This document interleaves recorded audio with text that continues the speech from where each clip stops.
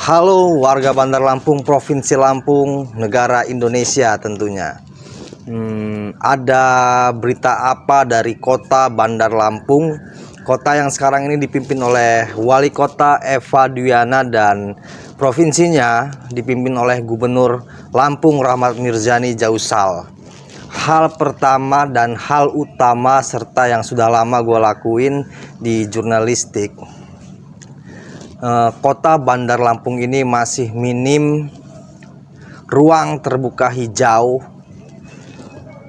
Itu ruang terbuka hijau secara umum yang di dalamnya ada kuburan, ada embung dan hal-hal lainnya tanpa sarana olahraga. Sedangkan untuk ruang terbuka hijau bersarana olahraga yang bisa untuk orang jogging serta olahraga seperti futsal lah atau bulu tangkis itu gak ada di kota Bandar Lampung.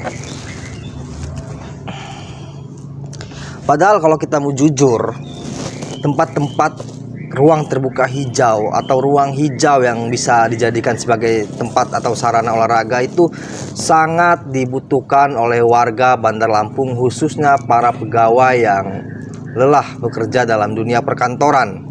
Sayangnya di kota Bandar Lampung untuk bisa berolahraga di area hijau itu hanya di Stadion Mini Kalpataru, Stadion Mini Waidadi mungkin, dan juga di tempat pendidikan seperti di Unila, di UIN maupun di lain sebagainya. Sedangkan untuk di kota seperti di Tanjung Karang itu sulit. Gue pribadi tinggal di Tanjung Karang Timur, untuk bisa jogging di sana, dan gak cuma gua, banyak juga anak mudanya serta orang tua itu jogging di pinggir jalan yang gak boleh lengah dikit keserempet motor atau mobil, ya bisa dikatakan membahayakan dari keselamatan para pejogging. Ini yang menjadi titik penting bagi kesehatan warga Bandar Lampung.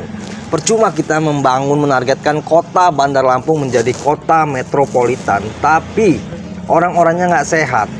Perlu diketahui bahwa kualitas udara di kota Bandar Lampung ini sudah mendekati tidak bagus, sudah berpartikel halus.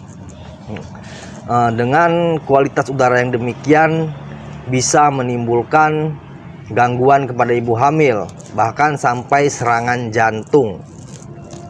Ditambah lagi dengan kondisi kota yang mengharuskan orang-orangnya itu menjadi pegawai perkantoran yang kerjanya lebih banyak duduk di depan komputer, di atas motor kalaupun itu di lapangan, jarang yang beraktivitas fisik seperti petani atau buruh.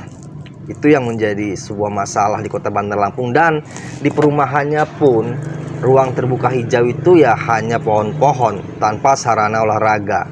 Mungkin ada beberapa perumahan elit yang sulit dijangkau oleh masyarakat umum.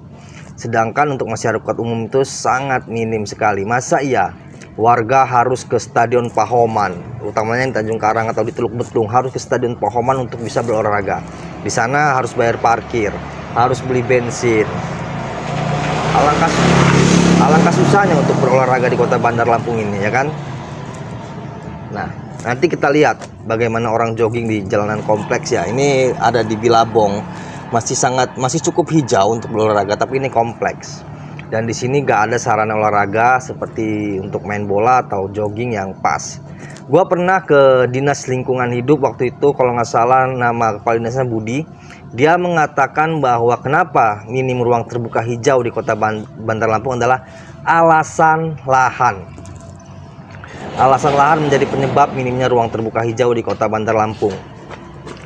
Dan kita saksikan bagaimana orang lari di kompleks. Ya cukup bagus karena kompleks ini memang masih hijau dan ini kompleks jarang ada motor. Tapi di Tanjung Karang Timur gue merasakan bagaimana jogging di pinggir jalan sesak, bukannya sehat, tapi hidung kita juga tersumbat dengan gas emisi dari kendaraan bermotor, mobil, motor, belum lagi kendaraan-kendaraan yang lama yang nggak layak jalan, sebenarnya asapnya hitam, ya kan. Itu makanya penting ruang terbuka hijau di kota Bandar Lampung. Kata kepala dinasnya keterbatasan lahan, tapi kalau hanya keterbatasan lahan dan anggaran, dia bilang kalau sulit untuk menebus lahan-lahan di kota Bandar Lampung.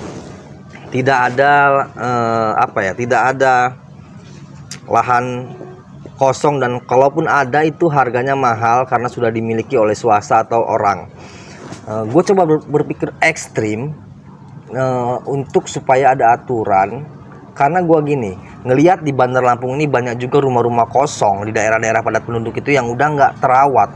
Rumah kosong itu udah bener-bener kosong, udah banyak alang-alang, udah banyak segala macam. Nah, gue coba berpikir kenapa nggak buat aturan pemerintah mengambil alih dari rumah-rumah kosong itu. Cuman itu memang pemikiran yang ekstrim dan sangat ekstrim menurut gua, karena walaupun rumah itu terbengkalai, mana ada sih orang yang mau menyerahin hartanya begitu aja, ya kan?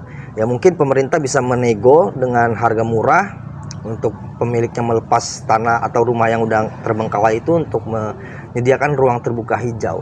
Kalau dalam bayangan gua, ruang terbuka hijau itu nggak perlu lah kita yang gede-gede seperti stadion mini, cukup sebesar 1/4 lapangan futsal mungkin cukup ya, dengan pohon-pohon, dengan bunga-bunga untuk anak-anak main bola biasalah, dan juga untuk kita bisa jogging, lari-lari dikit, atau bisa senam, itu kan perlu.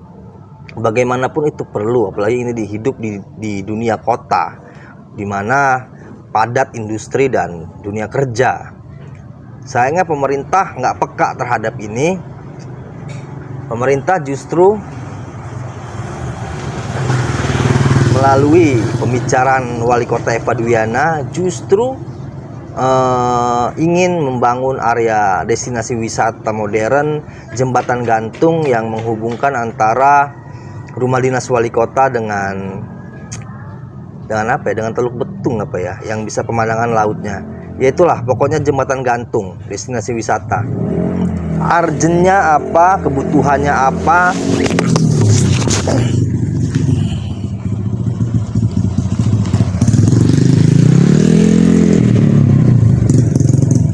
dan yang dibangun apa. Ini kan sama sekali nggak nyambung. Artinya ya kenapa pembisik-pembisik atau tenaga-tenaga ahli atau pemikir-pemikir ahli dari wali kota ini nggak merumuskan, nggak mendorong supaya wali kota membangun ruang terbuka hijau? Apakah karena ruang terbuka hijau tidak dapat meningkatkan ekonomi? Ya, gua paham kalau ruang terbuka hijau bukan untuk meningkatkan ekonomi, sedangkan di Indonesia, utamanya Lampung, itu adalah peningkatan sumber daya manusia dan ekonomi, peningkatan ekonomi. Tapi hal penting yang gak kalah penting dari peningkatan ekonomi adalah manusia-manusianya. Apa yang bisa dilakukan manusia kota Bandar Lampung untuk meningkatkan ekonomi kalau badannya aja nggak sehat, pikirannya lelah dan penat? Gimana orang-orang mau berkreativitas, utamanya untuk anak-anak kecil di Tanjung Karang Timur, di Kompleks Dolok? Itu anak-anak kecilnya main bola di kompleks, dan mereka kerap dimarahi oleh orang tua ketika main di sana, diusir bahkan untuk main bola. Sedangkan untuk menyewa lapangan, harga mini soccer itu 500.000 per jam. Harga futsal 70.000 sampai 200.000 ke atas. Bayangin anak SMP harus mengeluarkan uang sebesar itu untuk hanya berolahraga main bola. Jangan salahkan anak kecil di kota Bandar Lampung yang lebih main gadget, dengan perkataan-perkataan kasarnya, dengan pergaulan-pergaulan media sosial yang sulit terjangkau orang tua. Karena untuk berolahraga mereka nggak punya tempat, bro. Sungguh nggak punya tempat untuk berolahraga. Nah, ini yang menjadi PR besar bagi pemerintah kota utamanya, untuk menyediakan ruang terbuka hijau bersarana olahraga, bukan jembatan gantung yang manfaatnya hanya dirasakan nantinya untuk kalangan kelas menengah atas. Kalangan kelas menengah bawah perlu sarana yang gratis, sehat, dan juga bermanfaat untuk mereka. Agak sedikit ngerempet ke agama. Gue pernah baca artikel bahwa Nabi Muhammad ketika katakanlah penat, katakanlah pusing gitu, katakanlah seperti itu ya. Gue agak nggak mungkin gue membaca terus ininya, karena seinget gue dalam artikel itu bahwa Nabi besar Muhammad SAW kerap melihat yang hijau-hijau ketika atau untuk menenangkan pikirannya. Nah, itu dari sisi agama. Dan wali kota kita beragama Islam, pakai jilbab.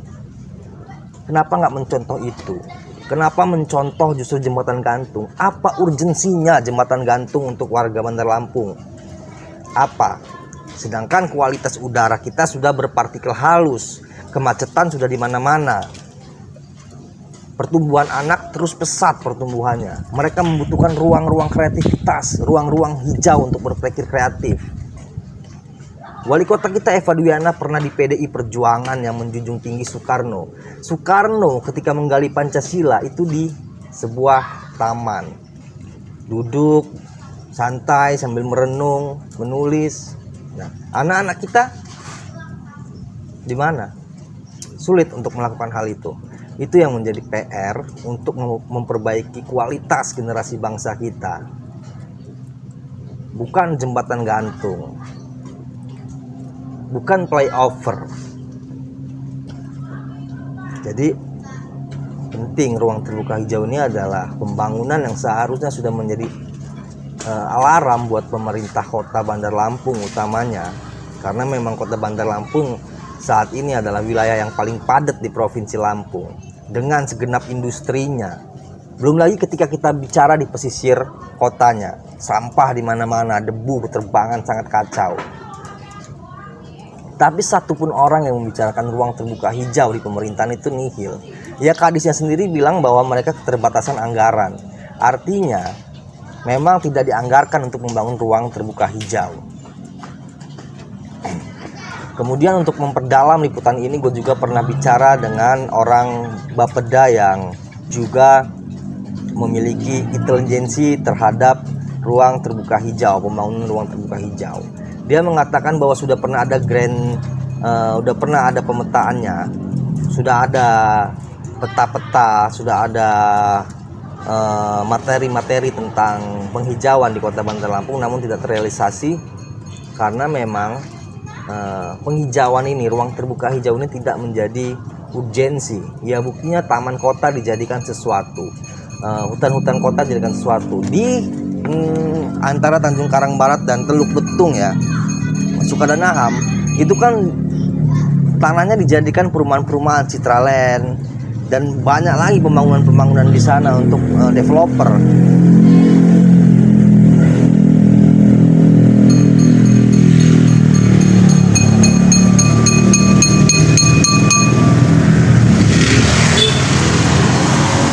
Banyak pembangunan di sana yang membabat hutan. Artinya penghijauan, pelestarian lingkungan itu hanyalah ucapan omong kosong dari pemimpin kita. Oke, sekian dan terima kasih.